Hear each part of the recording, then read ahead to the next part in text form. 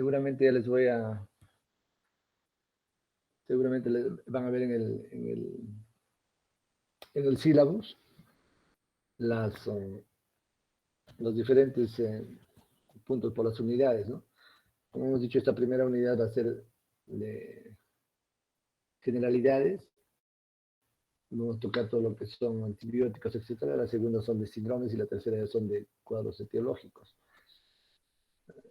Ahí les estoy pasando también al correo de al WhatsApp de su delegado, les estoy pasando cómo va a ser en una forma muy sintética las actividades, los seminarios que se van a tocar. O sea, los seminarios los hemos modificado respecto al grupo anterior. Si es que hay alguna observación a eso, lo podemos conversar más adelante. Desde la próxima semana recién van a empezar los seminarios. Antes de empezar, ¿cómo han quedado ustedes? La idea era de que haga las 2 horas programadas, de 5 a 7, de la parte teórica, y después ustedes harían la parte, la exposición, ¿no? ¿Cómo han quedado? ¿Cómo han acordado? Doctor, como le estaba comentando, hay algunos compañeros que trabajan y algunos compañeros que se les cruza el horario. Entonces me decían si, por ejemplo, para el día de hoy se podía hacer de 5 a 8 de la noche, ¿no? Entonces usted expone una hora y en la hora siguiente, o en el tiempo que sobra, pues se expondían los grupos. Ya, pero como no tienen todavía los temas, entonces vamos a hacer ese mecanismo desde la próxima semana, o sea, de 5 a 8. Ya, las 2 primeras horas hacemos de exposición teórica y la hora que queda es, por los 30 o 45 minutos es de la exposición del tema, ¿no?, que les corresponde, ¿no? ¿Estarían de acuerdo? ¿Aló? Sí, doctor, ¿Aló, aló? todos los que estén de acuerdo podrían poner sí por el chat.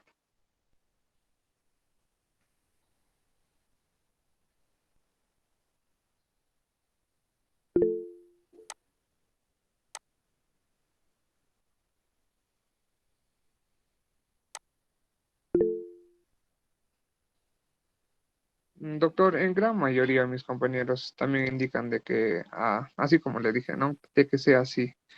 Ya está muy bien, entonces, empezamos entonces.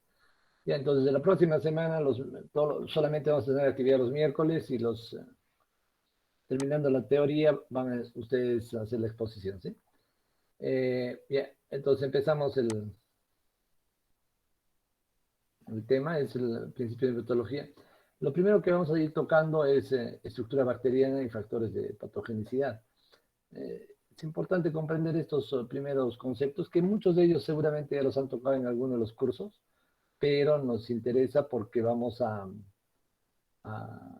avanzar en lo que es el tema de, de comprender más o menos las formas de afección que tienen los microorganismos y los mecanismos en cómo se pueden ir o se controlan, ¿no? Pues, mucho de lo que tenemos que ver se ve con la estructura del microorganismo. Ya esto es microbiología básica, pues, ¿no? O sea, las formas de cocos, vibrios, las diferentes estructuras que tienen, ¿no? Cocobacilos, spiroquetas, ¿no? Entonces, esto le va a dar determinado tipo de característica a ¿no?, ya sea virulencia, sea movilidad, ya sea capacidades de resistencia, etcétera. Entonces, la estructura que tiene es también acorde a patogenicidad que van a tener, ¿no? Entonces, no solamente es la estructura individual, sino también cómo se van a presentar o cómo se presentan en las afecciones, ya sean agrupados en diplococos, en cadenas, en racimos, etcétera, ¿no? El clúster. Lo que hay que tener en cuenta siempre es de que los microorganismos tienen eh, se consideran vegetales, ¿no? Hasta hace algún tiempo. Por eso se hablaba pues de flora, ya no, ese término de flora bacteriana ya no se usa. Y eso venía de que se consideraban una especie de parte de los vegetales, que tienen su propio reino, ¿no? Protista, entonces lo que ahora, pero lo que sí comparten con los vegetales son algunas estructuras, ¿no? Por ejemplo, la pared celular. Entonces, casi todas las bacterias, excepto los atípicos, como el micoplasma, etcétera, tienen una pared celular. Esa pared celular le va a dar la forma, ¿no? La característica, pero tiene también sus funciones muy importantes. Por ejemplo, que le va a proteger de, del medio externo y también va a ser una forma de transferencia, de comunicación de sustancias, ¿no? Así como también mantiene un determinado tipo de osmolaridad en el intra y en el extracelular, eh, de tal forma que el microorganismo pueda reproducirse mucho más. Generalmente están principalmente compuestos por peptolicanos, ¿no? Que también se le conoce como muremina, glicopéptido, mucopéptido. Y le va a cuando se pierde la pared celular, adoptan unas formas irregulares que se forman las formas L, ¿no? Son los protoplastos o fibroplastos, que se le conoce en microbiología. Lo que uno de los aspectos en los que nosotros usamos mucho la pared celular es en la identificación de las bacterias, ¿no? Por la forma como se tiene la pared, nosotros podemos diferenciar, y la gran división que se ha hecho en bacterias son gran positivos, gran negativos, gracias a la tinción. Y eso también va relacionado al tipo de virulencia que puede tener, ¿no? En este cuadro podemos ver las diferencias entre los gram positivos y gram negativos, ¿no? Respecto a la tinción gram. Eh, Uno se va a mantener de los gram positivos, que se tienen de color violeta, vamos a tener que son más, no tienen tanto los elementos, por ejemplo, como los lipopolisacáridos, más tienen el peptolicano, ¿no? Y una de las, y también algunas de las formas de virulencia, de la toxicidad que pueden tener donde participa la pared, es en los gram negativos. En los gram negativos, la pared es, puede tener o tiene el lipopolisacárido que se comporta como una endotoxina. Es decir, las endotoxinas, ya vamos adelantando, son sustancias que se van a liberar al medio después de la muerte de la bacteria. Entonces, la bacteria generalmente puede, al momento de ser lisada, al momento de destruirse la pared, recién va a liberar la toxina. A diferencia de los gram positivos que producen toxinas, ¿no? Y no necesita morir o destruirse la bacteria para eliminar esas toxinas. Esas son las exotoxinas, ¿no? Bueno, así hay varios temas, pero también cuando tenemos la forma de controlar las infecciones y usamos antibióticos, casi el 50% de los antibióticos son betalactámicos y los betalactámicos van a actuar en la pared celular, destruyendo la pared celular. Entonces, por eso es que muchos de ellos tienen, los gram positivos tienen mucha sensibilidad a los betalactámicos, a diferencia de los gram negativos que tienen poca sensibilidad, a no ser que sean betalactámicos espectroampliados. O específicamente modificados para afectar a determinada familia, por ejemplo, de gran negativos, estamos hablando de pseudomonas, etc. Entonces, eso es característico, ¿no? Lo que estamos, um, lo que estamos mencionando, lo podemos un poco ver acá. Entonces, muchos de los gran positivos tienen ácido steatoico, ¿no? Y tienen características antigénicas. Entonces, ¿por qué nos interesan las características antigénicas o las propiedades antigénicas de los gram negativos y de la pared, ¿no? Porque ahí es donde se va a poder producir la primera reacción de reconocimiento de la bacteria para la producción de anticuerpos, por ejemplo, ¿no? Y también eso también le va a dar a la pared a los gram positivos eh, capacidades de virulencia mucho mayores que otras.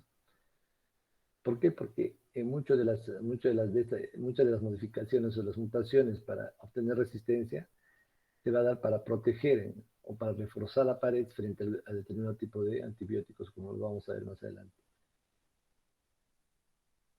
Entonces, es un poco más ampliado, más detallado cómo es la pared de los gram positivos. Tenemos el peptolicano, una cantidad. Luego tenemos la membrana citoplasmática. En los gram negativos, ¿no? Las paredes son más delgadas, menos compactas, ¿no? Y tienen la bicapa fosfolipídica, ¿no? En la parte externa. Y el lipopolisacárido, eh, que se denomina también lípido A. Entonces, estas paredes van a, van a tener un espacio que es un espacio periplásmico y que van a separar del plasma. Entonces acá podemos ver esta estructura, ¿no? En los gram negativos. Tenemos la bicapa, ¿no? La citoplasmática, el periplasma que une la pared con la membrana, y en la membrana externa de de la pared tenemos los lipopolisacáridos. Entonces, el lipopolisacárido, el LPS, es el que va a tener la mayor capacidad antigénica y también es el que va a desencadenar las reacciones inmediatas de la cascada inflamatoria, ¿no? Entonces, este es el lipopolisacárido, el PIBA. Lo vamos a volver a tocar un poco más adelante, pues. Entonces, el otro elemento importante, aparte de la pared, es la membrana plasmática. Entonces, esto sí es una lipoproteína, la bicapa, etcétera, eh, y que contiene también, que tiene propiedades antigénicas, ¿no? Pero es la responsable del intercambio eh, y del intercambio de sustancias, porque tiene membranas en medio de la capa de fosfolípidos. Vamos a tener como islas, las porinas o los poros, donde va a haber transferencia de material en forma activa, utilizando energía, ¿no? Y la otra característica también de la membrana es que en su parte interna la bacteria va a desarrollar su proceso de fosforilación oxidativa, es decir, de la producción de energía. Lo que se considera ahora, por ejemplo, es de que las bacterias, un grupo de bacterias evolucionaron y se volvieron las mitocondrias dentro de la célula eucariota. Entonces, cuando uno aísla una bacteria, parece pues una célula, una mitocondria. Porque la mitocondria tiene esa misma estructura, o sea, la membrana donde se desarrolla el proceso de fosforilación está en la pared interna de la mitocondria, de la célula eucariota, ¿no? En el caso de la bacteria está en su propia pared. Ahí también tiene mesosomas, ¿no? Y es donde más o menos se va a desarrollar determinado tipo de transferencia. Acá tenemos, por ejemplo, eh, la transferencia el intercambio de líquidos, en este caso del agua, que se forma simplemente por concentraciones osmóticas en el extracelular al intracelular. Eso ya lo recuerdan ustedes, ¿no? Lo que mencionábamos de la membrana, ¿no? La bicapa, ¿no? Y los poros, ¿no? Por donde va a haber una transferencia activa. Entonces acá vemos, por ejemplo, los nutrientes que van a tener que pasar a través de los poros con consumo de energía. Entonces hay consumo de energía ATP, igual que los canales de- que las bombas de sodio potasio, etcétera, ¿no? Entonces, es similar. Otro elemento que nos interesa en las bacterias son los ribosomas. En los ribosomas, ya saben que son lugares donde se hace realizar síntesis proteica, son de menor tamaño que las eucariotas, ¿no? Tienen dos unidades, una es 50S y otra es 30S, y principalmente están compuestos por ARN ribosómico. En los ribosomas, también hay el núcleo, si bien el núcleo bacteriano no tiene membrana nuclear, el material genético está, está, no está cubierto por una membrana nuclear, ¿no? Y va a desarrollar bastantes acciones y se desenvuelve rápidamente, entonces, ¿no? Y puede producir gran cantidad de mutaciones, ¿no? Bueno, hasta ahí la parte más o menos común, introducción a la microbiología, ¿no? Lo que ya nos interesa un poco más específicos son algunos elementos para las acciones de patogenicidad. Entonces tenemos elementos facultativos, ¿no? Entonces la cápsula es un elemento facultativo, es externa, está por polisacáridos.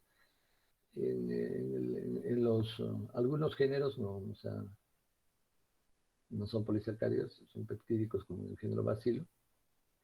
Y la cápsula le va a dar la capacidad de adherirse en una forma, ¿no?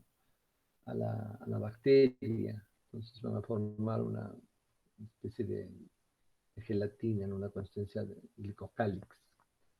Entonces, y recubre a la bacteria y tiene propiedades, por ejemplo, antifagocitarias, ¿no? Entonces, evitan la fagocitosis. Algunas evitan la adherencia del sistema de complemento.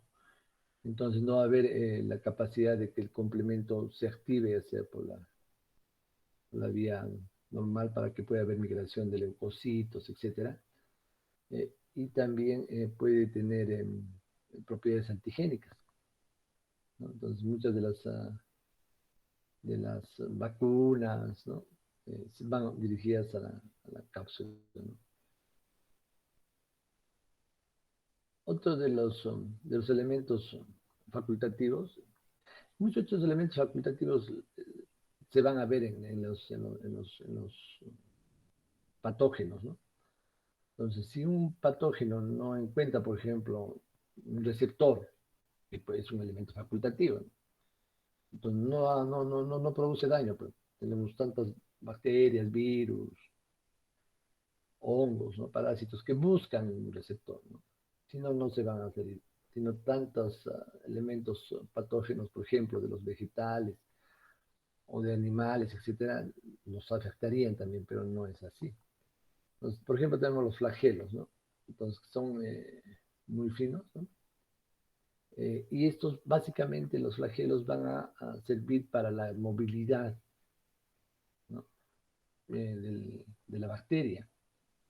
Eh, donde, por ejemplo, los vamos a ver es, eh, por ejemplo, en Escherichia coli, ahí creo que hay una foto, pero donde se comportan de una forma muy interesante es en Bartonelosis, ¿no? Tienen tal capacidad de movilidad la Bartonella cuando entra al eritrocito, que destruye solamente con el movimiento que produce dentro del eritrocito, destruye la estructura del eritrocito y, y lo deforma totalmente, ¿no? Y eso hace que sea mucho más fácil la hemólisis. O tenemos también en las espiroquetas, ¿no? Que modifican sus flagelos y van a comenzar le van a dar determinado tipo de movimiento, como una especie de tirabuzón, que le permite penetrar fácilmente en las paredes o de las células eucariotas, ¿no? Eh, Asimismo, la localización de los flagelos le va a dar también determinado tipo de características. Un monotrico es cuando tiene una sola, anfitricos cuando salen de dos polos, ¿no? Anfitricos cuando son solamente de uno o dos y salen de uno de los polos, y perítlicos cuando está en toda la superficie de la bacteria. Unas modificaciones de estos flagelos eh, van a tener otro tipo de función y se llaman las fimbrias, ¿no? Entonces, estas fimbrias están generalmente en las gram negativas. Entonces, las fimbrias o los pilis son de dos tipos, los sexuales y los comunes. Los sexuales básicamente son en poca cantidad, pero tienen como función hacer intercambio de material genético, o sea, participan en la conjugación entre bacteria y bacteria. Y los comunes, que son en gran cantidad, que van a ser principalmente para adherencia a las cosas del huésped. Otras inclusiones, otros elementos anexos son las inclusiones citoplasmáticas. Entonces, esto nos va a ayudar bastante a identificar a muchas de las bacterias, ¿no? Principalmente son reservas energéticas, pueden ser derivados de, de sulfatos, de glucógeno, de butirato, etcétera, ¿no? Entonces son polifosfatos, entonces son principalmente reservas energéticas, pero que nos ayudan a identificarlo por las tinciones o por la forma de estas inclusiones en la microscopía. Y también las esporas o endosporas, que son formas que adoptan las bacterias cuando están expuestas a medios adversos, ¿no? Sean isotónicos, hipertónicos o bajas temperaturas o muy altas temperaturas. Entonces, forman esporas. Las esporas van a contener el material genético y es como que entrar en un periodo de latencia, ¿no? Tienen muy poca agua, tienen su actividad metabólica se ha reducido al mínimo y pueden permanecer en esta forma durante mucho tiempo eh, y ser reactivadas, ¿no? Cuando el medio externo es propicio. Entonces ahí van a volver nuevamente a germinar, ¿no? Entonces, es así como se forma una espora, ¿no? Es una división binaria.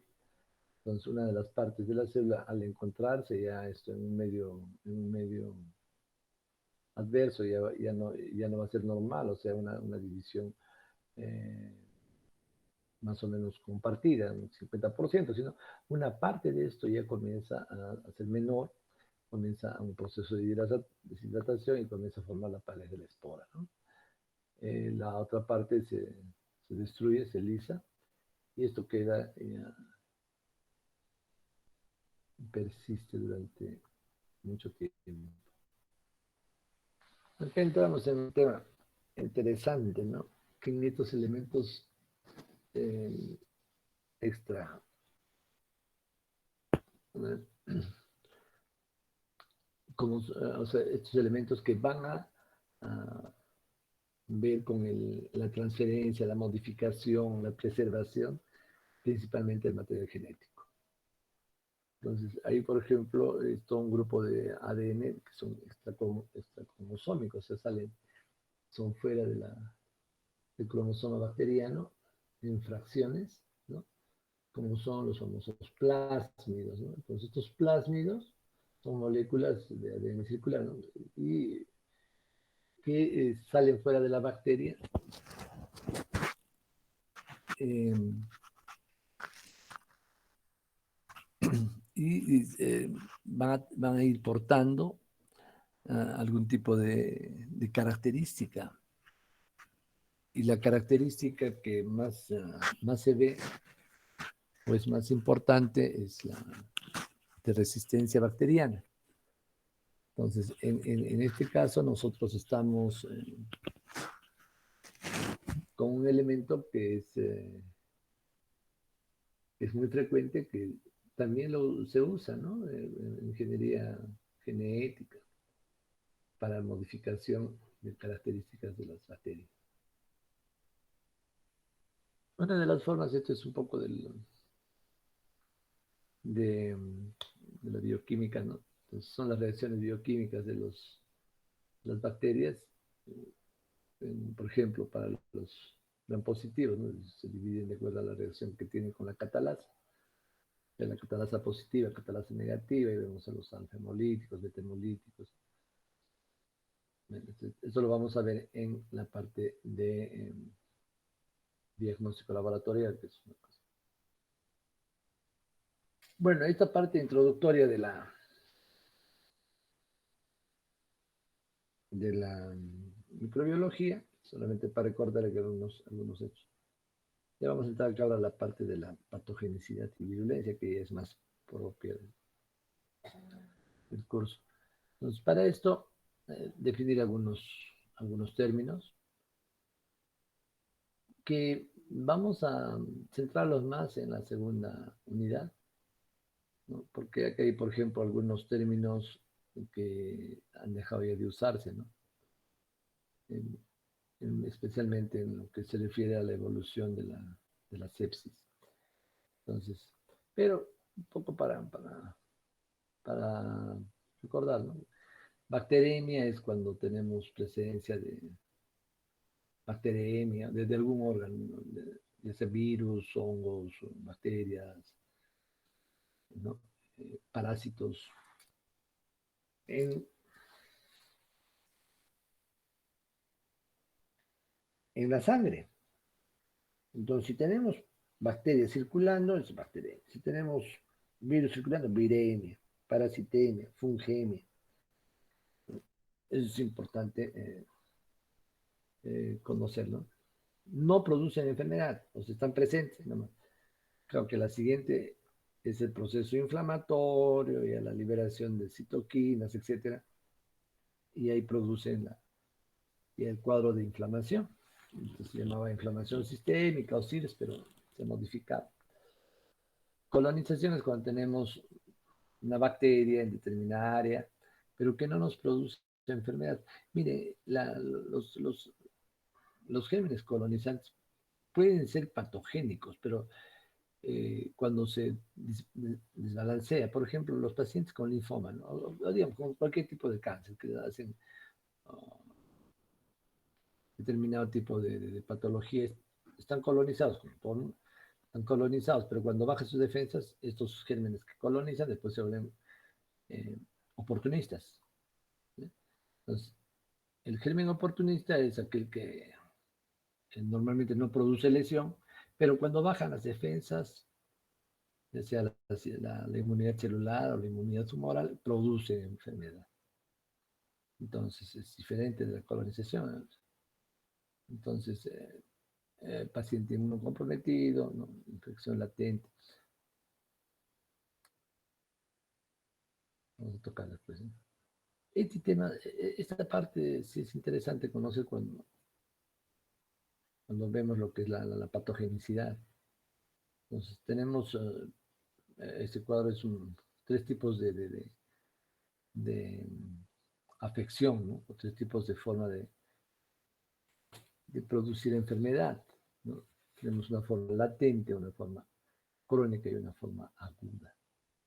Entonces, por ejemplo, en la forma, todos tienen un periodo de incubación. Cada una de las enfermedades infecciosas tienen determinado tipo de días, horas, a veces meses, ¿no? A veces años de incubación. Tenemos un periodo de enfermedad y luego tenemos un periodo de convalecencia o recuperación. Es de la forma aguda. En la forma crónica hay un periodo de incubación. Bueno, por ejemplo, vamos a ver algunos ejemplos en la siguiente diapositiva. En la forma crónica, el periodo de incubación, luego tenemos un periodo de enfermedad que se prolonga, ¿no? Durante mucho tiempo o comienza a dejar secuelas, ¿no? Entonces, ese es el periodo el estadio de enfermedad, que es, por ejemplo, la hepatitis B, la crónica, el SIDA, ¿no? Las enfermedades por retrovirus. y tenemos una forma latente, donde hay un periodo de incubación, se presenta la enfermedad, el paciente se recupera y luego vuelve nuevamente a recurrir la enfermedad. Por ejemplo, el herpes, ¿no? El herpes labial. Produce enfermedad, desaparece. O la brucela, ¿no? La fiebre malta ondulante, o la malaria, ¿no? Entonces hay una serie de comportamientos. Es bueno conocer el comportamiento de cada una de las enfermedades para que no tengamos problemas.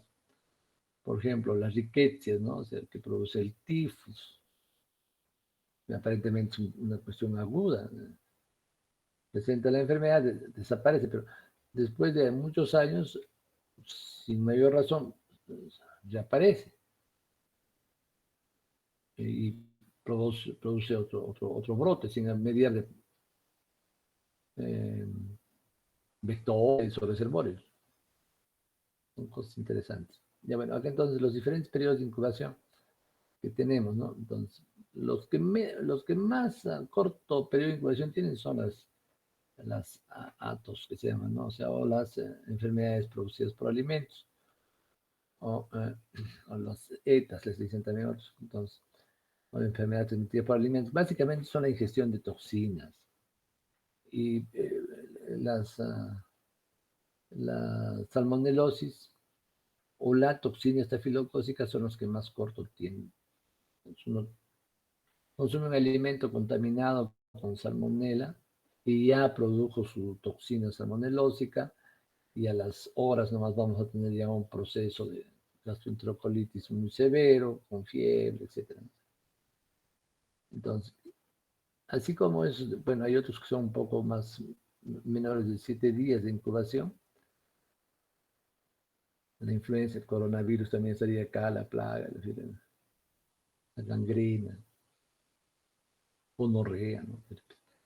Entonces, hay otros que se van a prolongar mucho más en periodo de incubación. Por ejemplo, la rabia, ¿no? Puede ser de aparición rápida a los 14 días o puede a veces presentarse después de un año de afección, ¿no? Ya hablamos ahora de la hepatitis, ¿no? O el SIDA o la lepra, que tienen periodos bien prolongados de incubación, ¿no? Otro de los criterios que debemos tener son los postulados de Koch o los criterios de Koch para poder identificar y definir algún tipo de patología en, en los microorganismos. Entonces, esto es secuencial, ¿no? Entonces, tenemos un animal, en este caso un conejo, que aparentemente fallece por por una enfermedad o por un germen, ¿no? Se aísla, si se sospecha que hay un microorganismo, se aísla en laboratorio y se cultiva, ¿no? Se cultiva y se pone este cultivo en otros animales. Y si fallece los otros animales donde se ha puesto este cultivo y no fallece en el que no se pone, entonces ese germen es el que ha producido la enfermedad. Es una cosa lógica, muy sencilla, pero ¿qué es lo que se debe hacer, no? Se debe conceptuar. Entonces esto nos lleva a la premisa, pues que tenemos que pensar más en cuadros patológicos más frecuentes. O sea, para nosotros, por ejemplo, si tenemos un brote, digamos, de cólera y viene un paciente con diarrea deshidratada, diremos, es cólera, ¿no? No pensaremos, digamos, en una babesiosis, en algo, ¿no? Entonces, ese tipo de conceptos que a veces no nos distraen del diagnóstico o no están dentro de lo que son los diagnósticos diferenciales, pueden ser importantes o son importantes en el diagnóstico de la enfermedad y también en el tratamiento. Entonces, ¿cómo es la capacidad de producir enfermedad? Entonces, la patogenicidad. Algunos microorganismos son, sí o sí son patógenos. O sea, si los encuentran, hay enfermedad, ¿no? Entonces, por ejemplo, si ustedes encuentran una cándida en la lengua, en la boca, un hongo, ¿usted le estará produciendo la enfermedad? Probablemente puede ser o no, porque ese es un contaminante, ¿no? Pero si encuentran una cándida en el humor vítreo, ya, pues ese es lo que le está produciendo la enfermedad. Entonces, vean dónde está el patógeno, va a cambiar su condición, ¿no es cierto? En el caso de meningitis, por ejemplo, ¿no? La meningitis meningocócica, el meningococo. Algunas personas pueden portar el meningococo, hasta un 20% de la población se dice que puede portar el meningococo en la faringe. Lo encuentran, pero en un grupo especial produce cuadros severos que pueden llevar a la muerte, ¿no? Entonces, hay áreas donde no se va a encontrar germen, o sea, son estériles, sí o sí.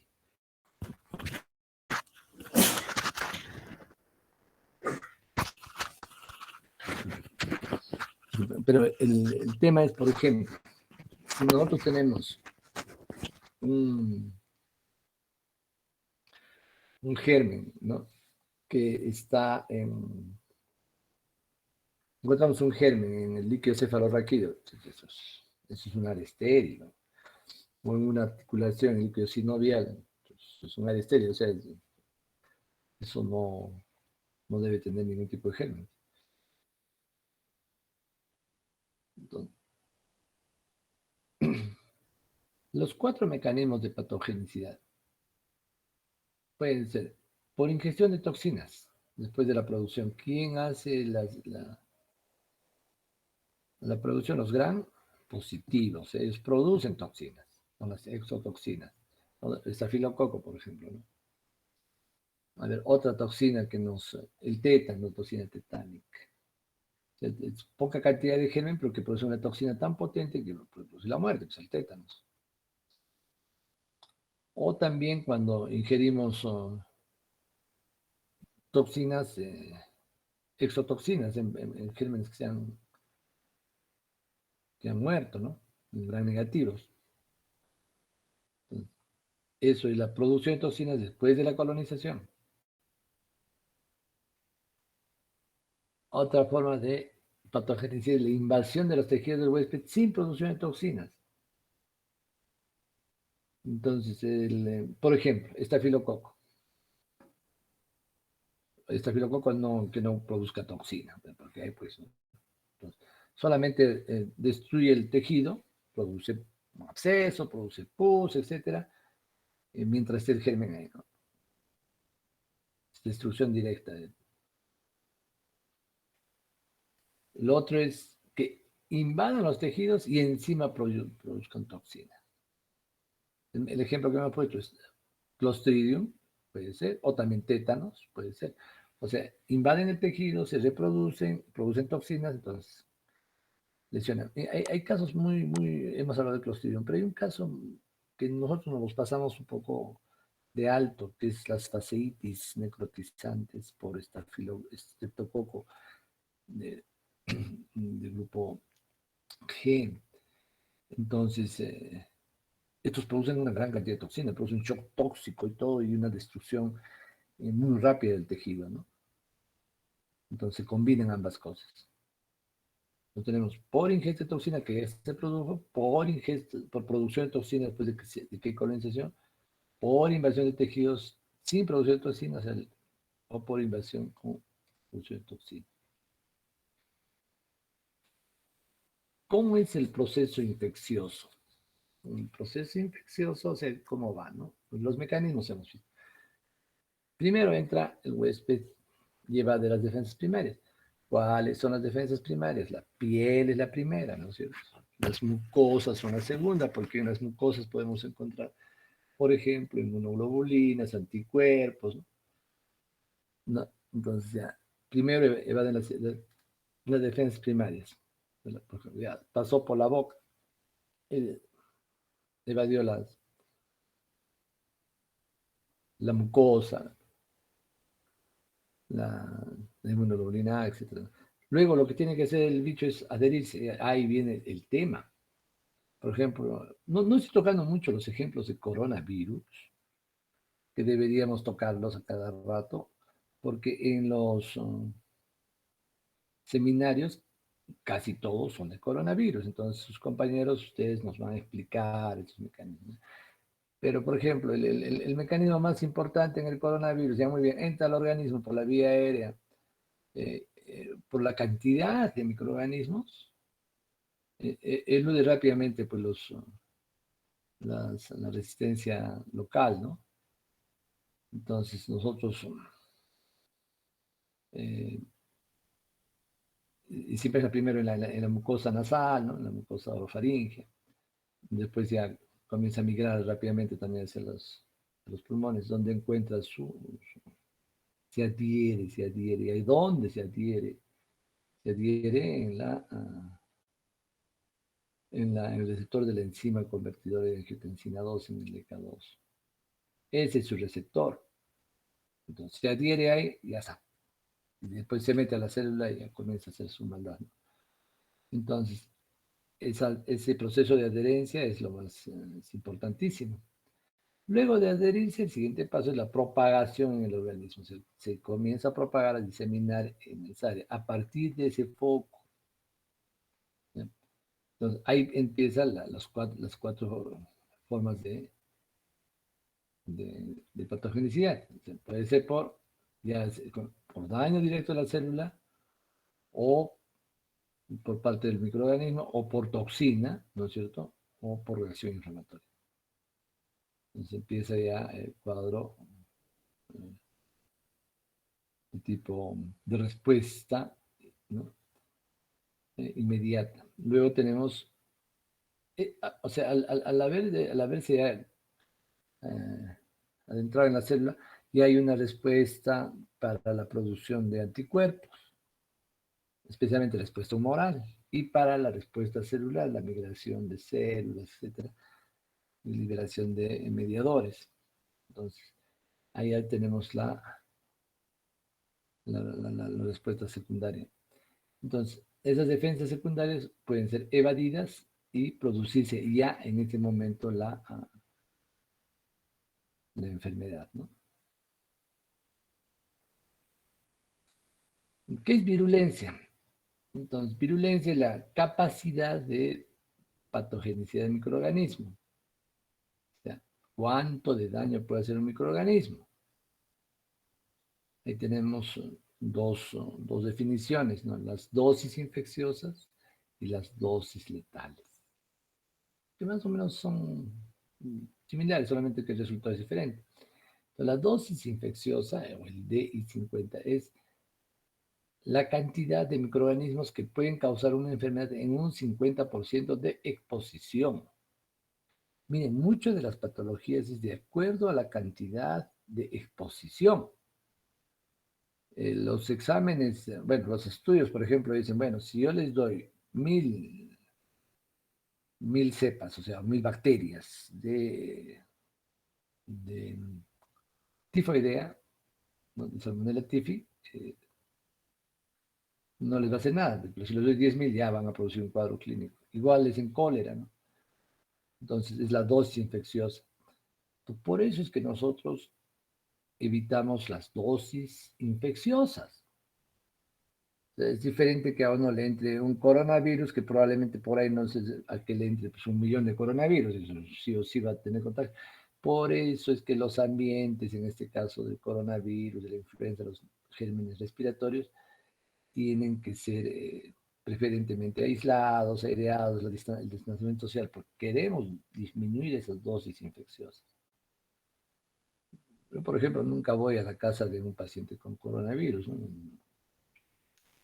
Eso es un suicidio, porque probablemente en la habitación es pues sobresaturado de carga viral, ¿no? Bueno, seguimos. Lo mismo es en la dosis letal. ¿A cuánto es la dosis letal? ¿A cuánto es la necesidad, ¿no?, del germen para matar a un 50% de animales de experimentación? Dosis letal. Entonces, esto se ve pues especialmente en los gérmenes que producen epidemias graves, ¿no? Nosotros trabajamos más con dosis infecciosas, ¿no? Lo mismo, esto es solamente Graphicade, ¿no? De hecho, 4 ratones, pues, si los pones a una dosis infecciosa y se mueren. ¿Cuánto de la dosis es necesario para enfermar a la mitad? Y la dosis letal, ¿cuánto de la dosis necesitas para matar a la mitad de los animales?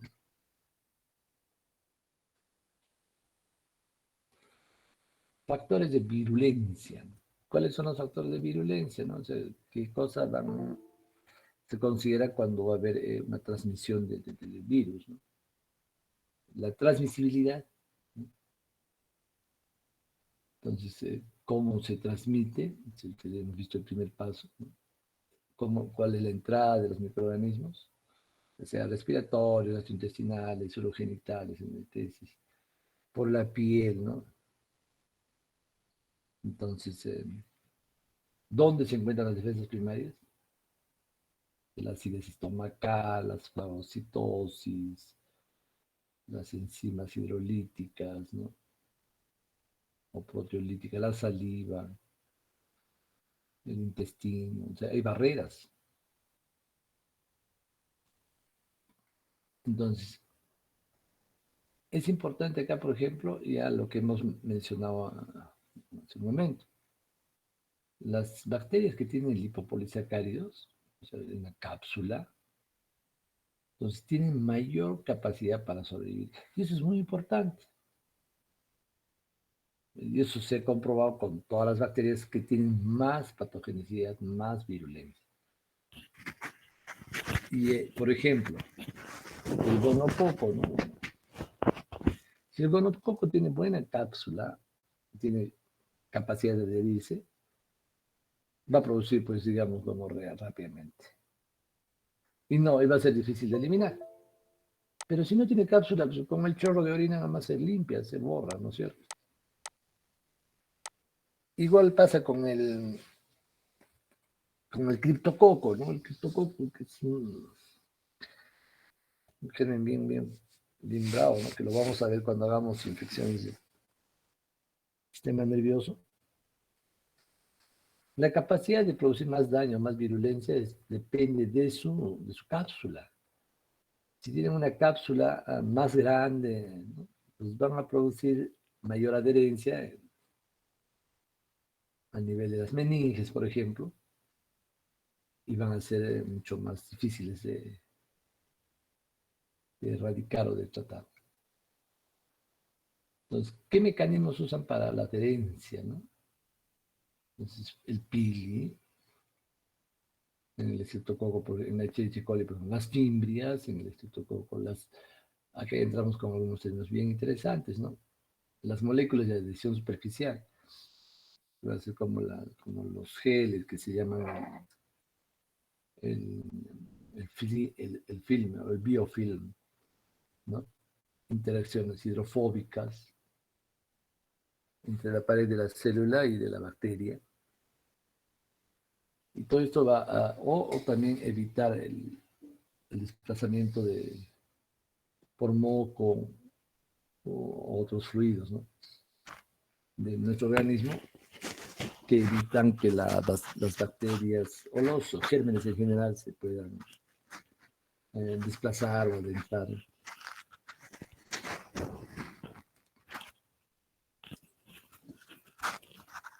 Vean, por ejemplo, acá la adhesión, ¿no? O sea, el pili con sus adhesinas y la célula. En el caso del coronavirus, es la presencia de la proteína Spike, ¿no? Con sus dos fracciones, S1, S2, que se van a unir al receptor EK2.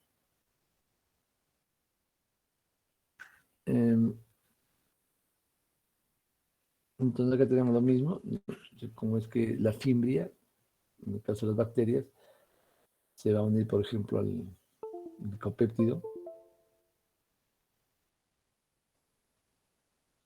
La cantidad de fimbrias que tiene, por ejemplo, el Escherichia coli. La otra forma es la adhesión sin fimbrias a través de moléculas de adhesión de la superficie celular. La otra es a partir de una adhesión hidrofóbica.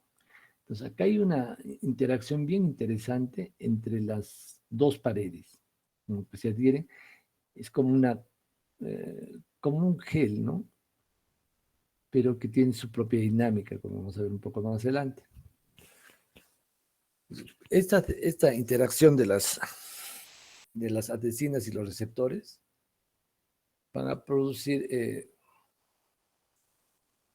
fragmentación a nivel proteolítico para poder mejorar su actividad.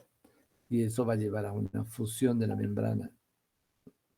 Por ejemplo, de la hemalutinina y la membrana, ¿no?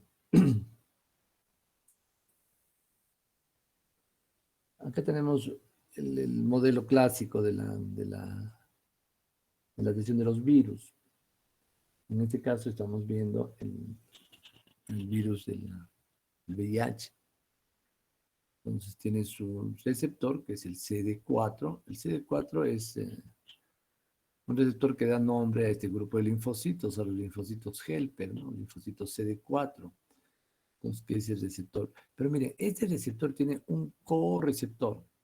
En el coronavirus es casi, no es igualito, pero es casi similar su adherencia, vamos a verlo de repente, ¿no? O como ustedes van a exponer eso. Tiene su correceptor, ¿no? Que es el CCR5. Entonces, el virus tiene sus proteínas, el GP41 y el GP120. Entonces, el GP120 se va a ligar al CD4. Entonces, ahí ya se ligó a este receptor. Luego va a haber una integración con el CCR5. Entonces tenemos el GP20 con el CCR5. Entonces, cuando ya está adherido al CD4 y ya se integró el CCR5, entonces ya el virus va a poder interactuar y poder unirse a la membrana celular del linfocito y descargar su material genético dentro del citoplasma. Y todo este proceso, bueno, acá estamos la unión, la penetración y la fusión. La fusión es cuando ya las dos membranas se fusionan. ¿Sí? ¿Por qué estamos hablando de esto? Porque en muchos de estos procesos se han desarrollado y se han producido los antivirales o antirretrovirales para inhibir. Hay inhibidores de la fusión, inhibidores del cofactor, ¿no es cierto? Dentro de las grandes familias que vamos a ver cuando hagamos antirretrovirales. Esta es otra forma de adherencia, ¿no? Del picornavirus. Entonces, en el picornavirus es como que se ocultara dentro del propio virus para que no pueda ser detectado por los anticuerpos, ¿no? Entonces, apenas se acerca al receptor, ¿no? Se acerca el virus, el coronavirus se acerca al receptor, recién sale el sitio de unión, de tal forma que el anticuerpo no lo puede detectar. Entonces, acá estamos con la entamoeba histolítica, ¿no? Acá es mucho más mecánico, viene la entamoeba, se adhiere a la mucosa, la lesiona y se mete, pues. No tiene mucho problema, daña de frente la mucosa. Entonces va a producir no solamente lesión, sino también un nivel de sangrado. Lo mismo estamos con el ácido, con la hemaglutinina. O sea, en el caso de la influenza tenemos dos receptores, ¿no? Que es la hemaglutinina y la neuraminidasa, que le dan pues la designación cuando hagamos virus respiratorias. Ahí vamos a determinar un poco más, o sea, vamos a detallar más esto, ¿no? Pero básicamente son dos receptores. Entonces, les dije que un poco adelante íbamos a ver esta forma de unión, ¿no? Esta adhesión hidrofóbica. Entonces, es más o menos es lo que estamos hablando, la teoría del biofilm. Se pegan ambas membranas, ¿no? Para la adherencia, y dentro de ellos va a haber, en ese espacio, se va a desarrollar toda una actividad de movilización de fluido que va a hacer que la adherencia sea permanente, como unas flechas, ¿no? Que van en forma de línea y en forma permanente la adherencia, que es mucho más sólida. Es el biofilm. Ese biofilm es muy, muy complicado de manejar, porque, por ejemplo, se produce en las ondas o en las áreas que tienen plástico. Entonces, y eso pues, es difícil de eliminar, ¿no? O también se produce pues, cuando en tejido, ¿no? En el endotelio. Difícil de manejar eso. O en las... Aunque tenemos otra forma de adherencia en el virus de estomatitis, ¿no? Donde hay protrusiones acá de glicoproteína, ¿no? Para la adherencia viral.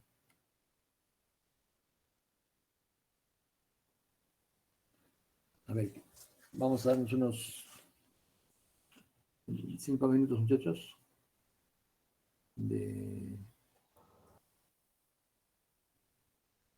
para que tomen un poco de agua.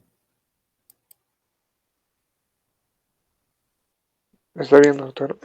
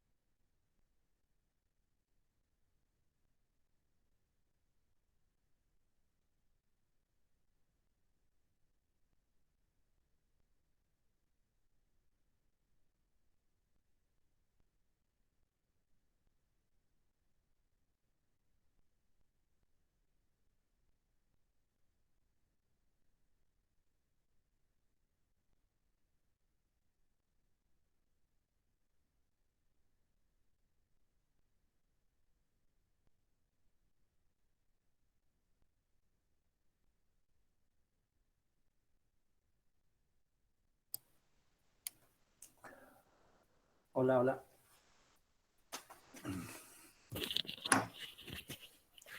Le escuchamos, doctor. Muy bien, continuamos. Continuamos.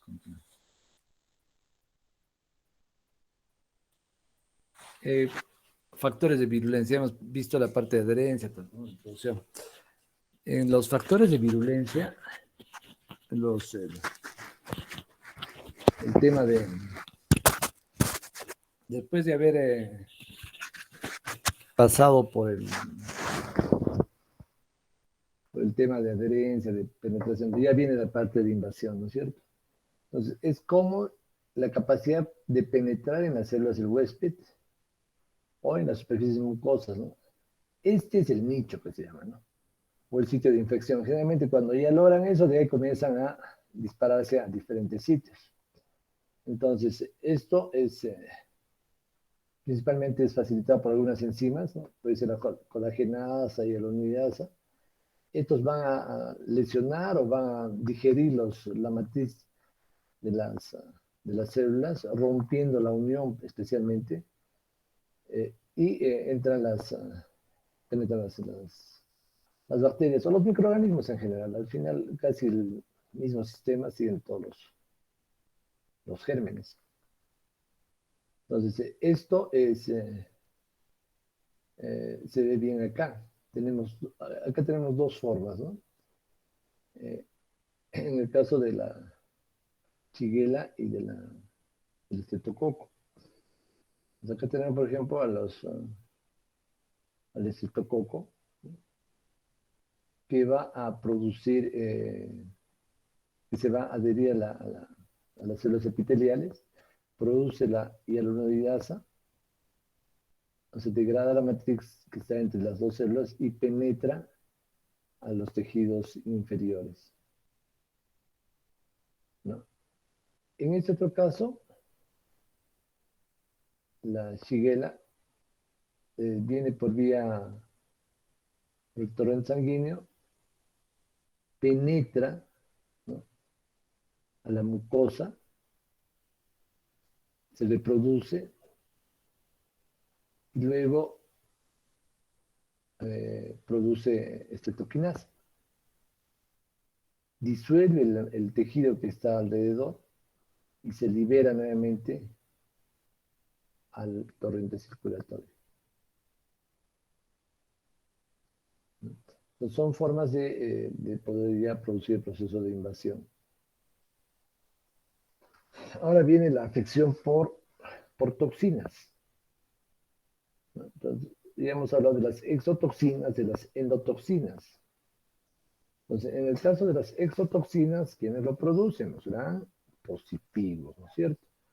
Entonces, principalmente, no todos los gran positivos producen toxinas. Hay algunos que, en los mismos, por ejemplo, en el mismo estreptococo, en el estafilococo, que son los más conocidos, ¿no?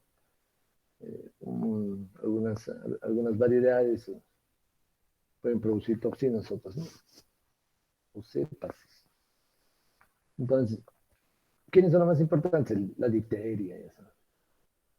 Produce lesión del tejido y también lesión y producción de toxina. Ambos se potencian. El tétanos es más producción de toxina que destrucción de tejido, pues es muy pequeño el inóculo. El botulismo mucho más. O sea, el botulismo no hay casi lesión. O sea, a veces inclusive el germen ha muerto y solamente la toxina la que es la más potente, ¿no?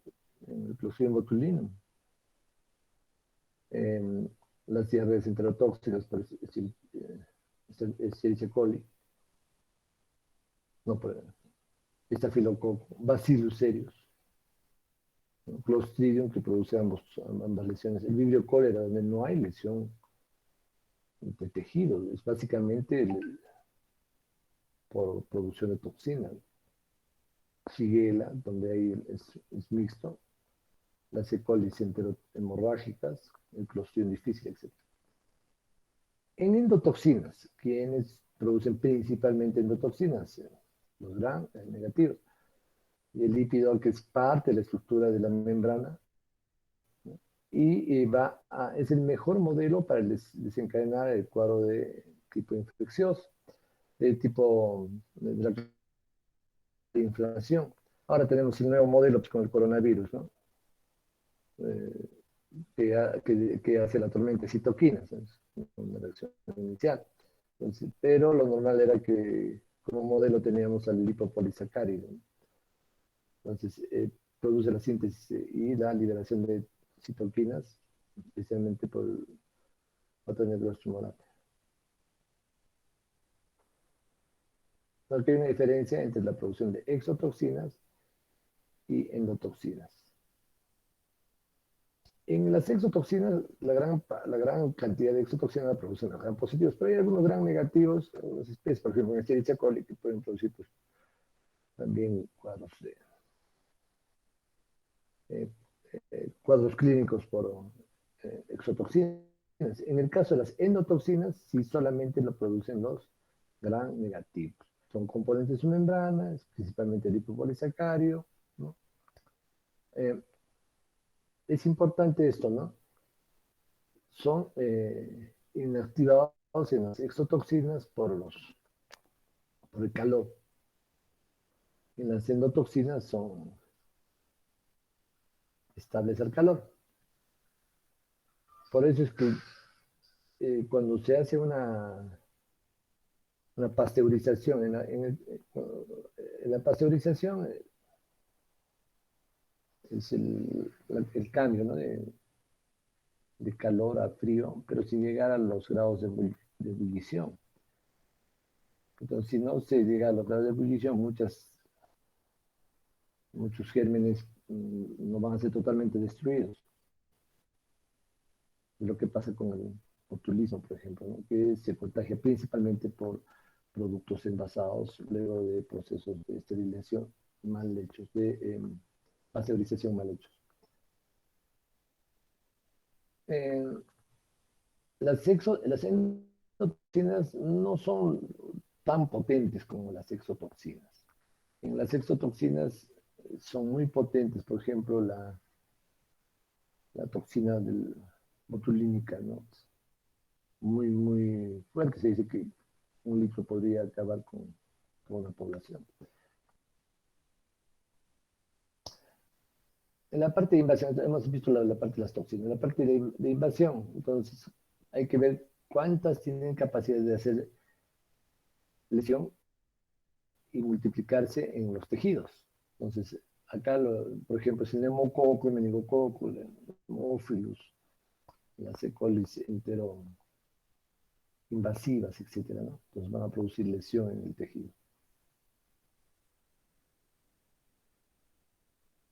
La respuesta inflamatoria te va a dar, puede ser inmediatamente, después de que hay liberación de los gérmenes al torrente circulatorio, y lo vamos a ver con mucho más detalle en la tormenta de citoquinas de los coronavirus.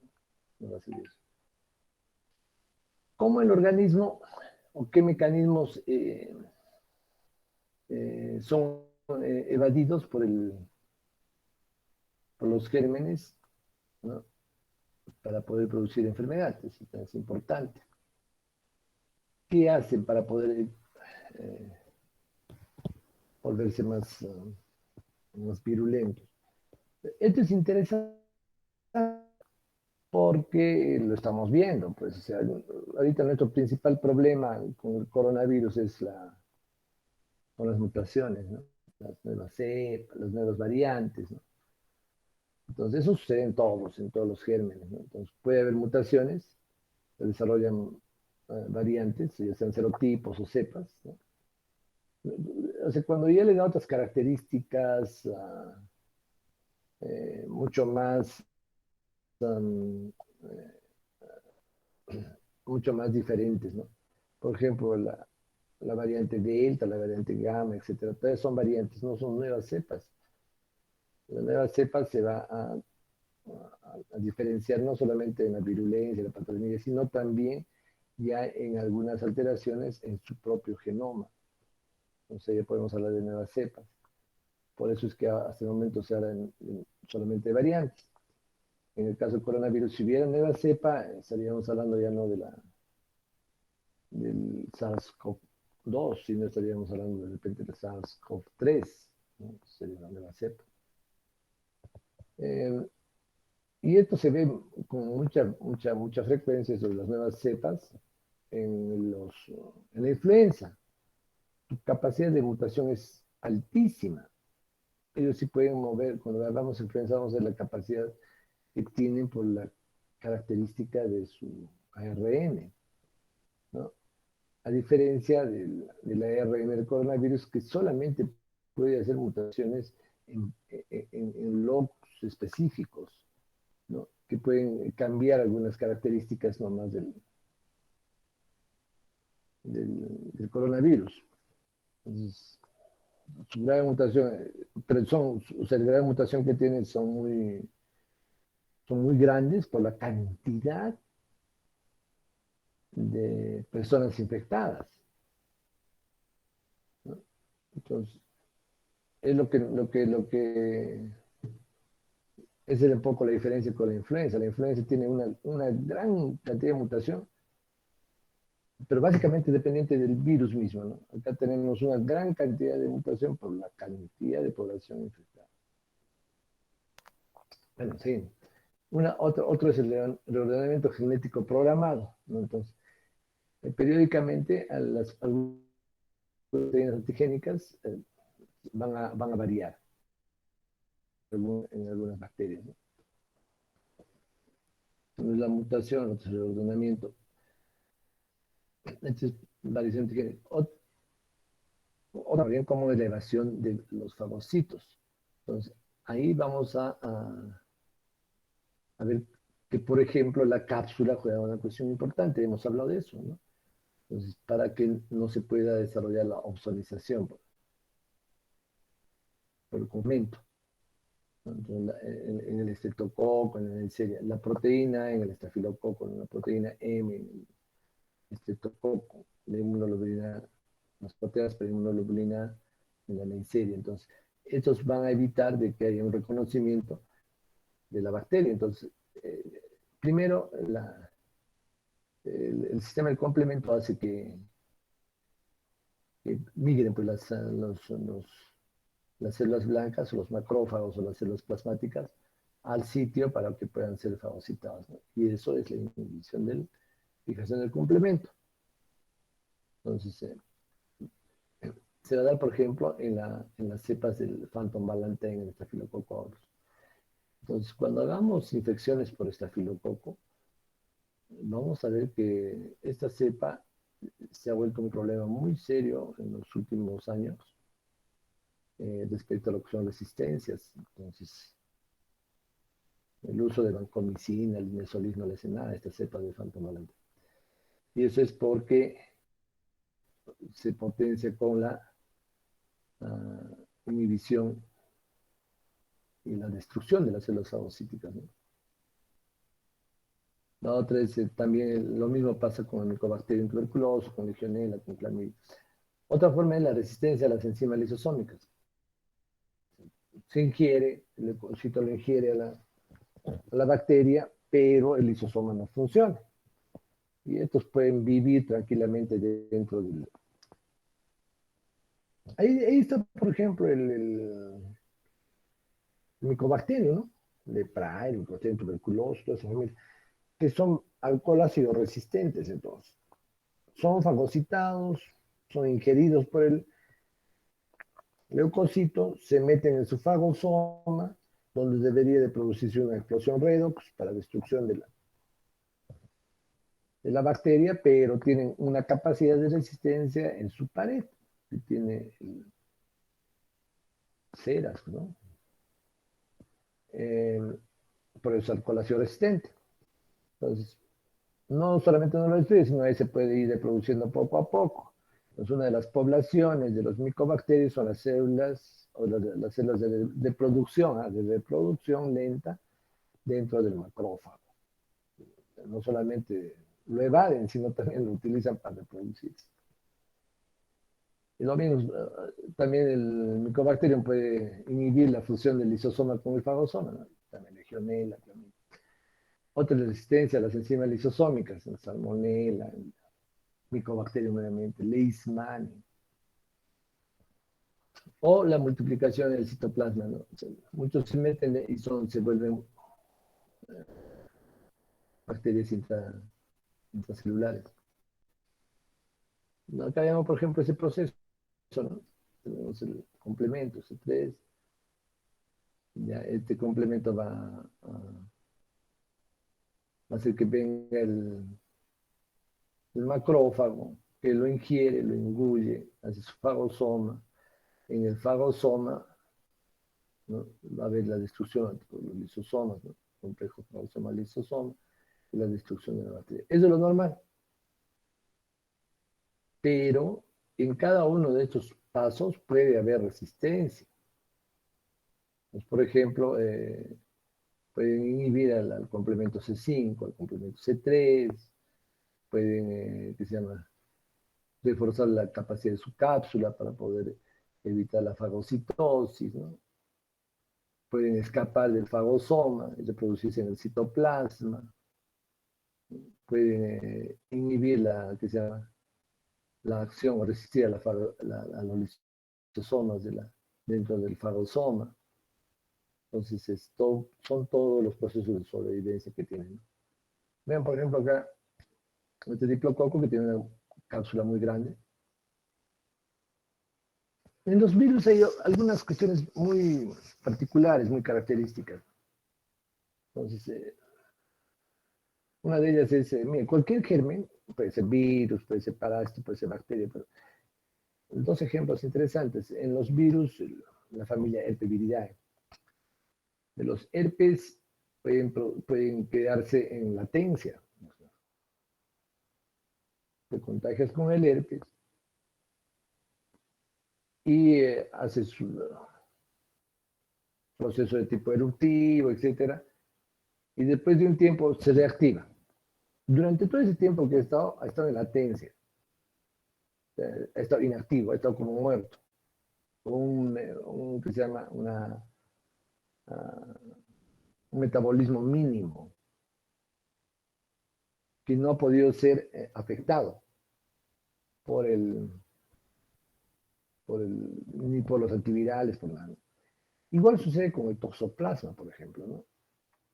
El toxoplasma se mete, hace una primera infección, después se duerme y se reactiva años después, cuando hay un momento de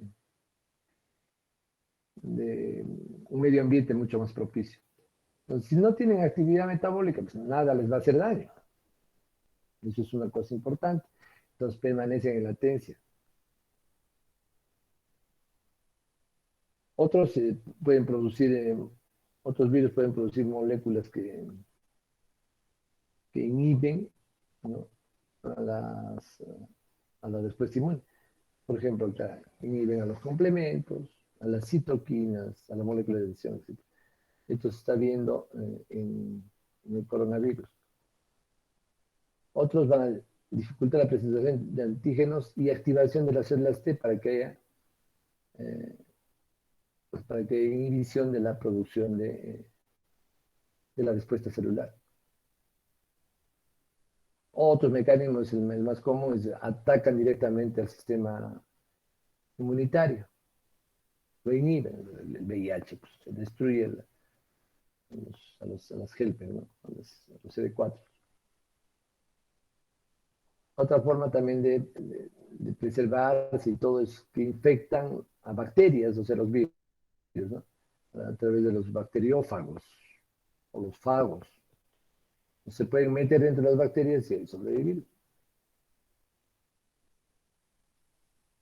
Son cosas. Bueno, creo que vamos a pasar a la siguiente charla, por lo menos vamos a empezar una parte, ¿eh? Situación un poco larga.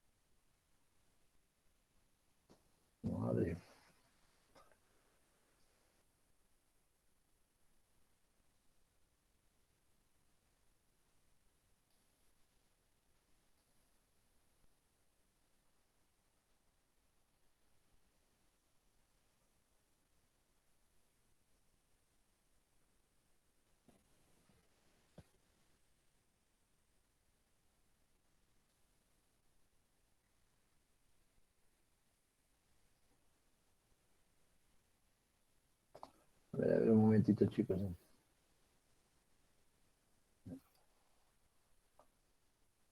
Muy complicado eso.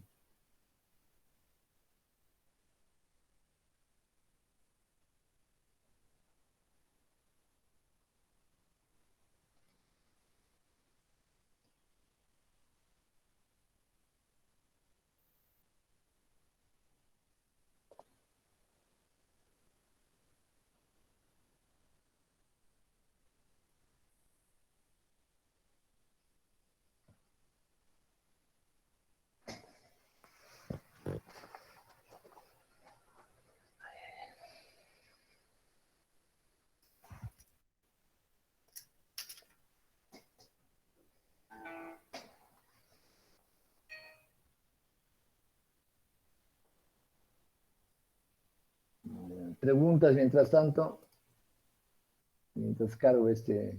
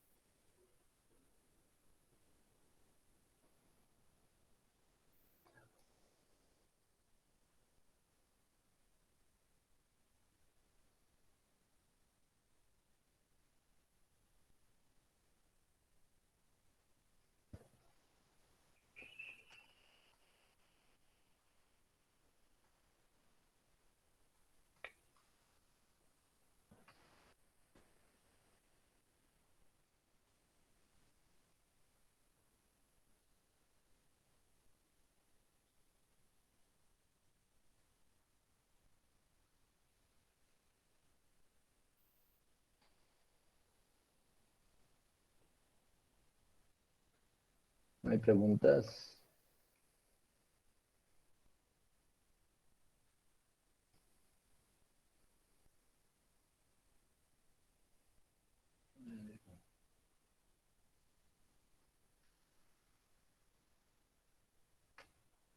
No, doctor, al parecer todo está claro.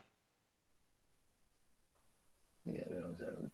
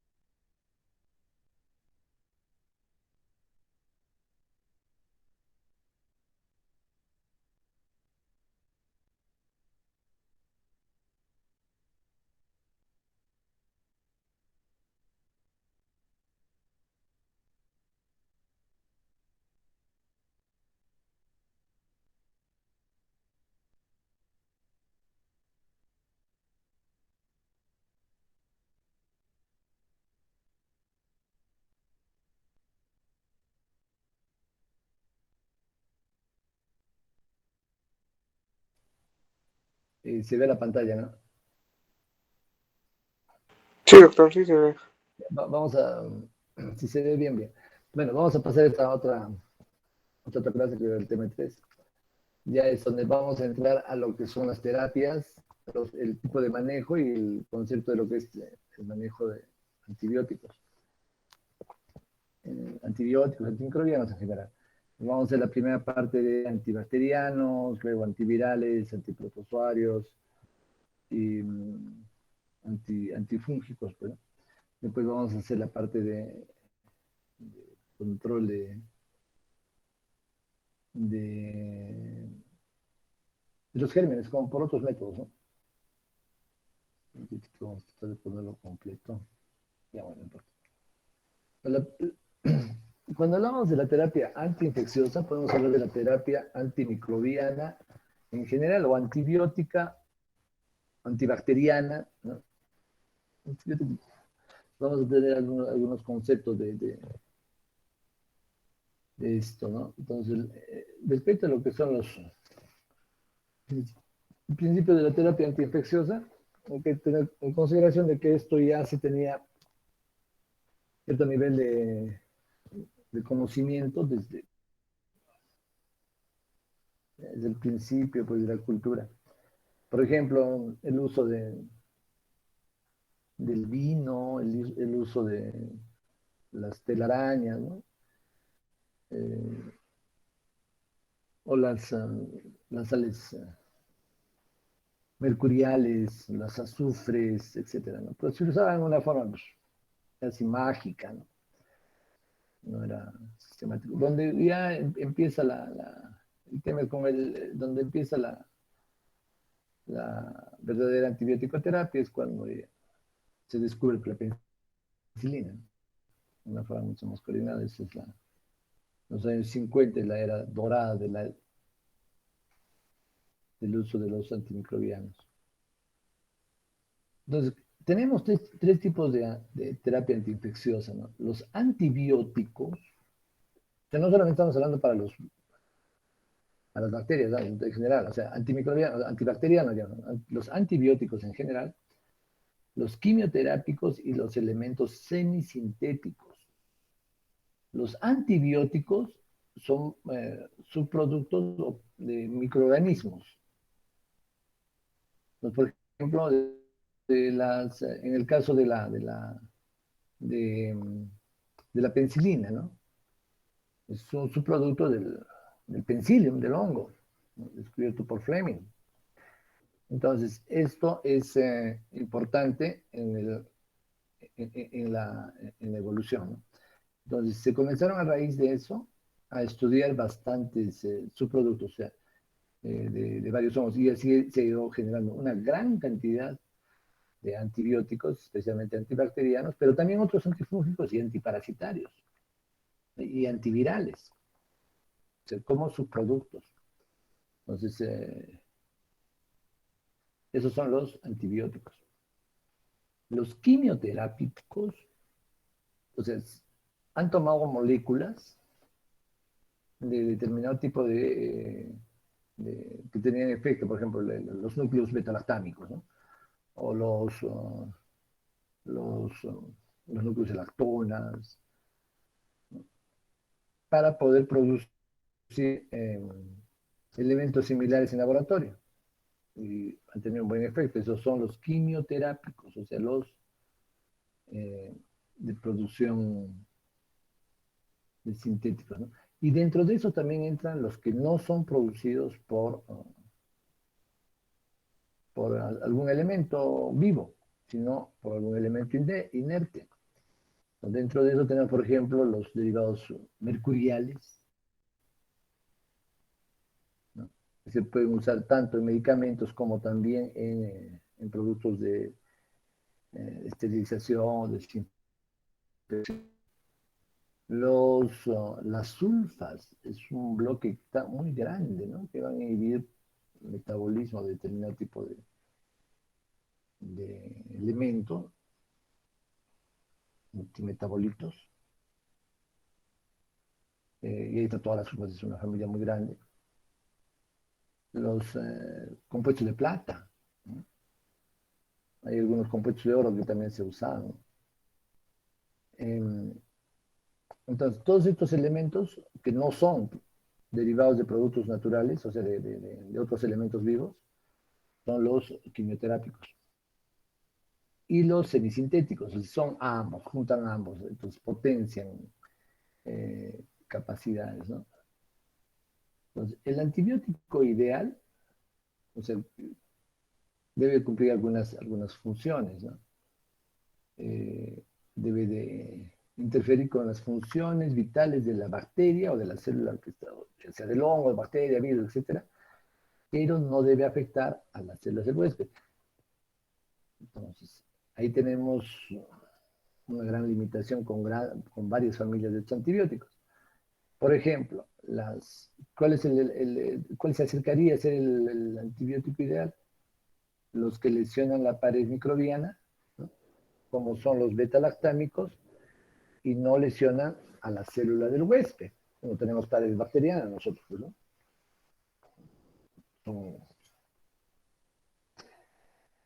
Luego, deben cumplir, deben ser, mientras más específicos sean, o sea, mientras más afecten con mayor especificidad a una parte de la bacteria o del virus, van a ser mucho más efectivos.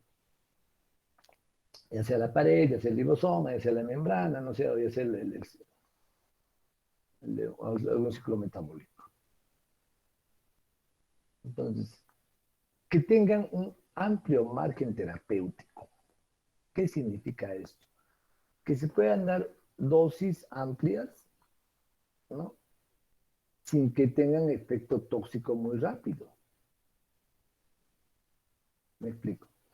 Por ejemplo, nosotros tenemos dosis en los beta-lactámicos, por ejemplo, en una meningitis severa, gravísima, ¿no? Entonces, tenía un profesor que me decía, dale penicilina, pero ¿cuánto? No sé, todo lo que resista, me decía.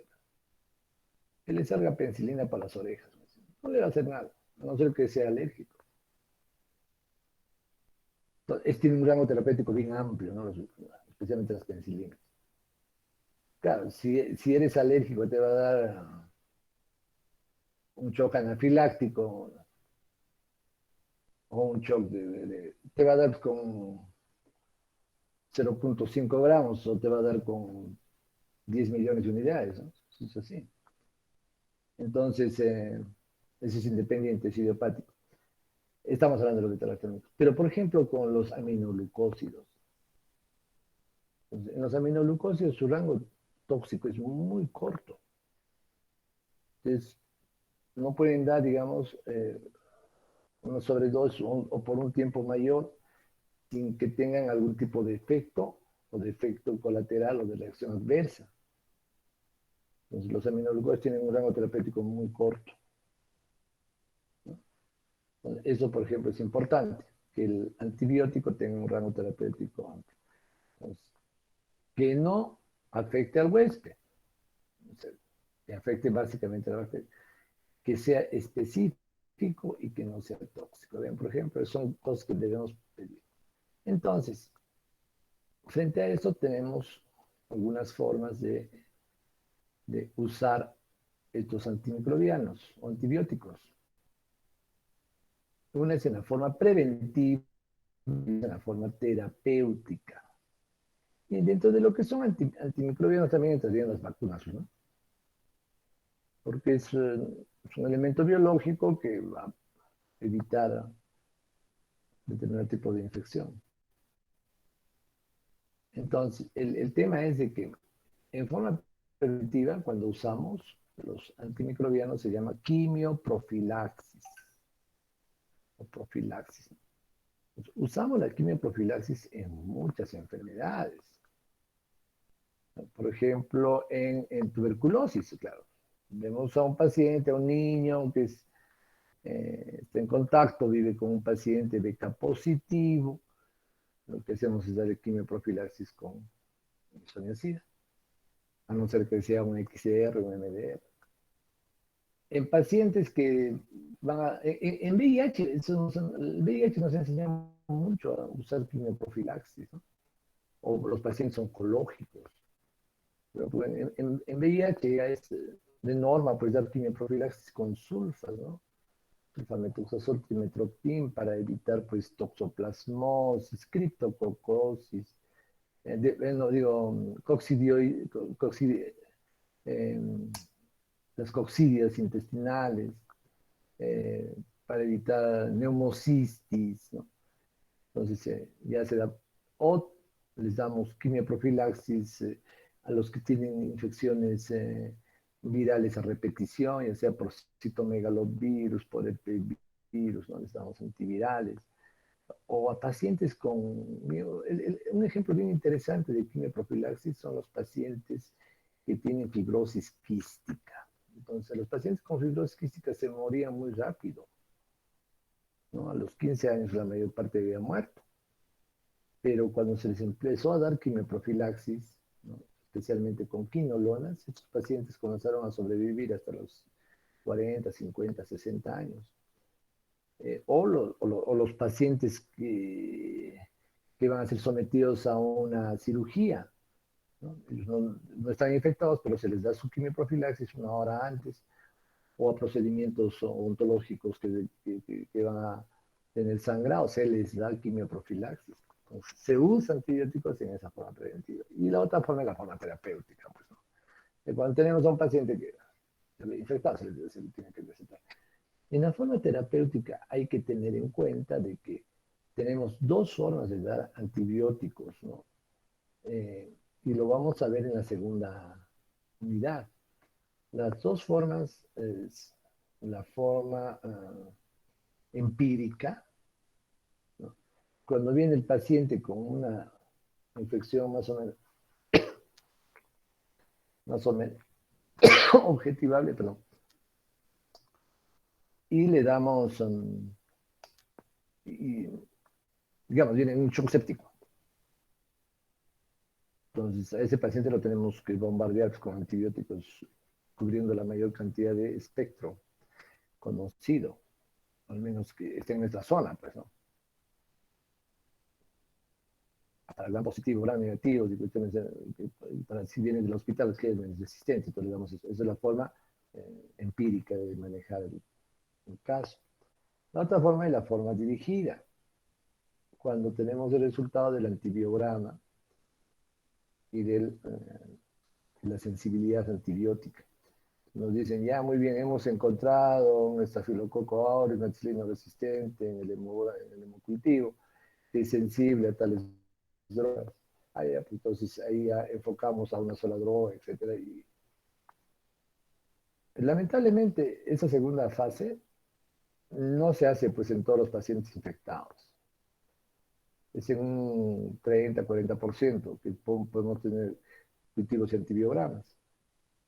Entonces la mayor parte del tratamiento que hacemos con antibióticos es en pacientes, es en forma empírica. Pero hay esquemas para todo eso, que los vamos a trabajar a lo largo del curso. Cuando tenemos que dar un tratamiento antibiótico, tenemos que considerar tres factores, o tres aspectos importantes. Los factores del huésped, los factores bacterianos y los factores del fármaco. Entonces, ahí viene esto. Entonces tenemos al agente, el microbio, al huésped y al fármaco.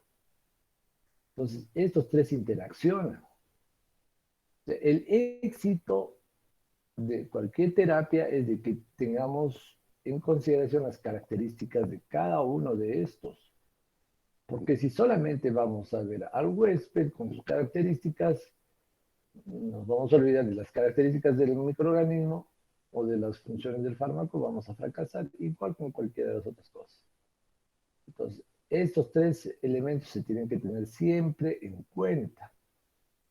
Entonces, en el huésped ya comenzamos a complicar con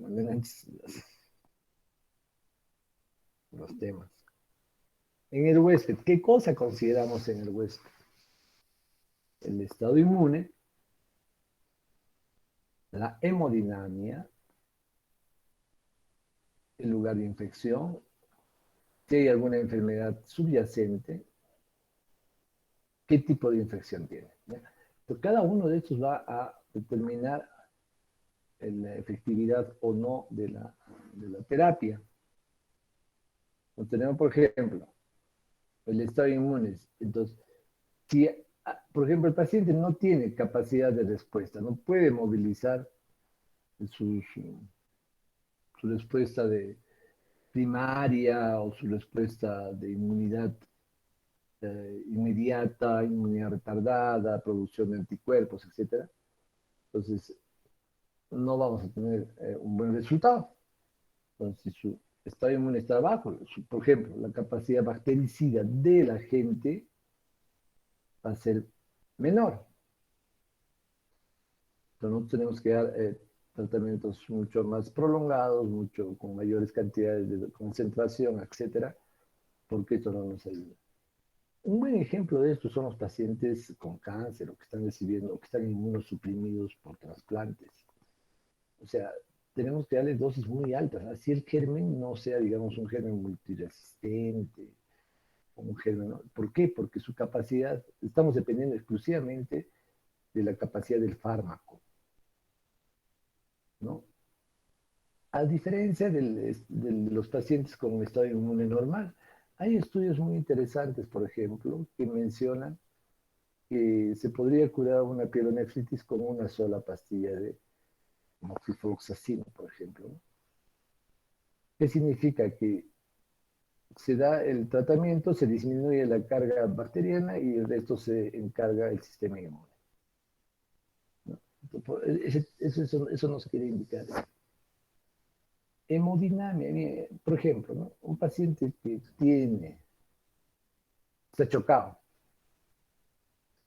no tiene buena perfusión tisular, le damos antibióticos, no va a llegar pues, el antibiótico bien, porque no está siendo bien transportado. Entonces su perfusión está mala. Y si le damos por vía oral, peor, no se va a transportar. Pero no solamente eso, o sea, eso es a nivel sistémico. Imagínense un paciente que tiene una insuficiencia venosa o una insuficiencia arterial, estamos hablando de la arteriosclerosis. Entonces, esa área que está siendo irrigada y que tiene una infección, no va a recibir pues mucha sangre, no va a tener ni oxigenación adecuada. La infección va a persistir. El mejor ejemplo para esto son los cuadros de pacientes con diabetes, en los pies diabéticos, etcétera, ¿no es cierto? Pues no sana, pues no sana. O las úlceras esas infectadas, las úlceras varicosas, ¿no? No sana, no sana, pues así le estén dando antibióticos durante mucho tiempo y de diferentes calidades, mientras no se mejore la perfusión.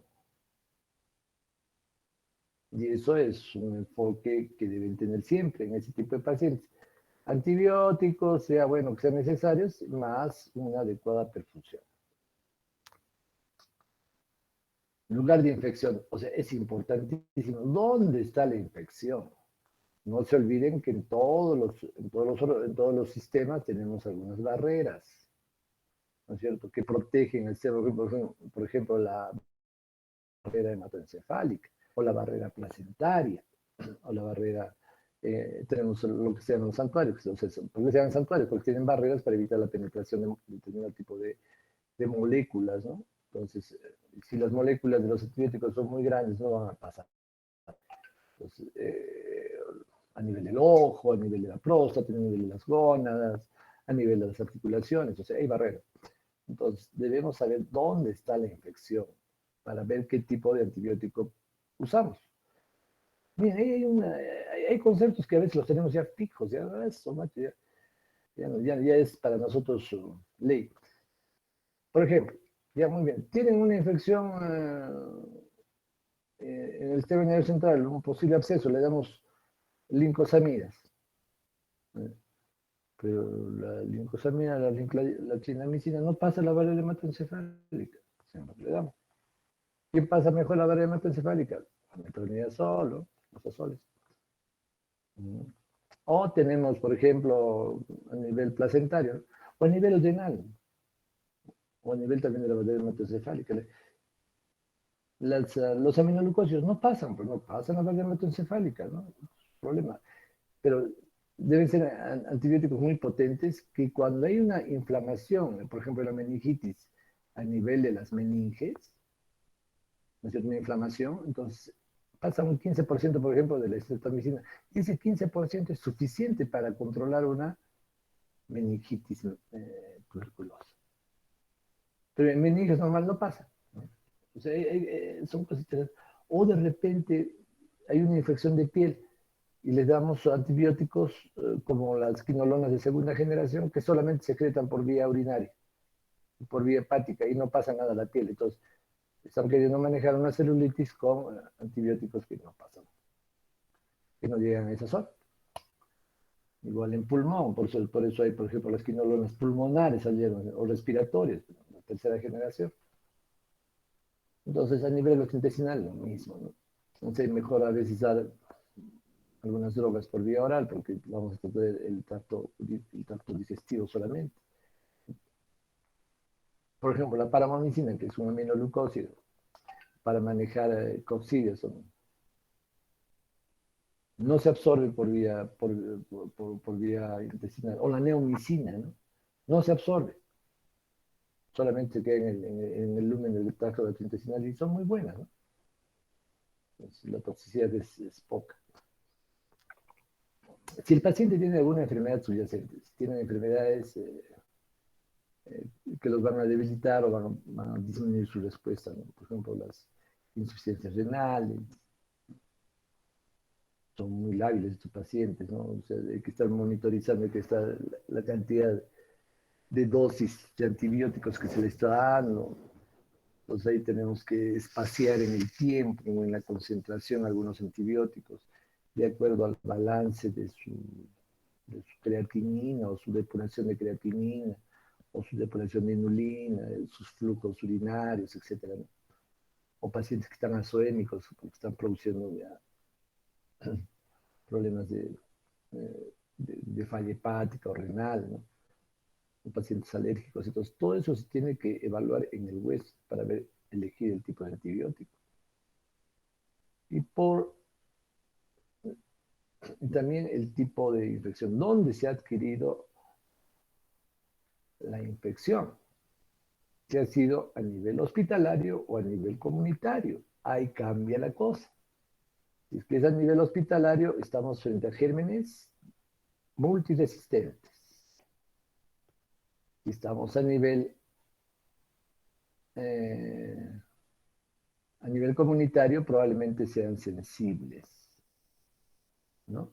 Aunque muchas de las resistencias, también hay todo un capítulo de resistencias bacterianas comunitarias, es muy interesante esos temas. O sea, han salido de los hospitales o de los centros de atención, por eso hay todo un capítulo que se llama infecciones asociadas a la atención de los servicios de salud, IAS se llama, ¿no? Entonces, esto es importante, ¿no? Como infecciones intrahospitalarias que se llamaban antes, ahora son asociadas a los servicios de salud, que básicamente va con el tema de resistencia. Entonces, si viene un campesino con una infección severa, ¿no? De una comunidad muy alejada, probablemente el germen que tenga pues es sensible, ¿no? A medicamentos comunes, pero si sale un paciente de ventilación mecánica, de una unidad de cuidados intensivos, ¿no? Donde están circulando permanentemente gérmenes intrahospitalarios multiresistentes, pues ahí tenemos otro tipo de enfoque en el manejo de los antimicrobianos. Respecto al germen, bueno, ahí lo dejamos, creo, porque yo ya estoy a ronco. Ya. ¿Hay preguntas, muchachos, hasta acá? ¿No hay preguntas? ¿Aló? ¿Están ahí todavía? A Sí, ver, doctor. el delegado, pase lista antes de que se vayan sus compañeros. Creo que hay solamente muy pocos. Ya, mientras va pasando lista, yo le estoy pasando ya las especificaciones, le estoy pasando el sílabus y también las especificaciones que vamos a seguir, ¿sí? Para que tengan las cosas claras. Bueno, si no hay preguntas, muchachos, nos vemos el día de El próximo miércoles. Ahí sí vamos a hacer las 3 horas con la exposición correspondiente, ¿sí? Muchas gracias, doctor. Ok, hasta el miércoles. Gracias, doctor. Paso lista y le mando. Gracias, doctor. Ok, gracias.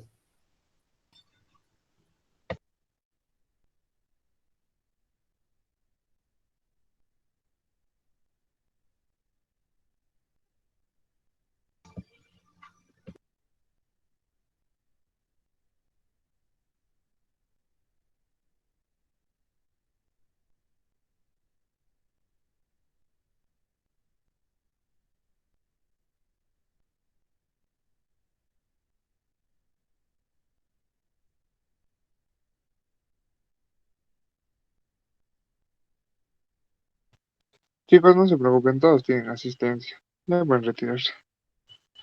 Gracias. Gracias. Gracias, gracias. Gracias, gracias. Muchas Buena, compañero.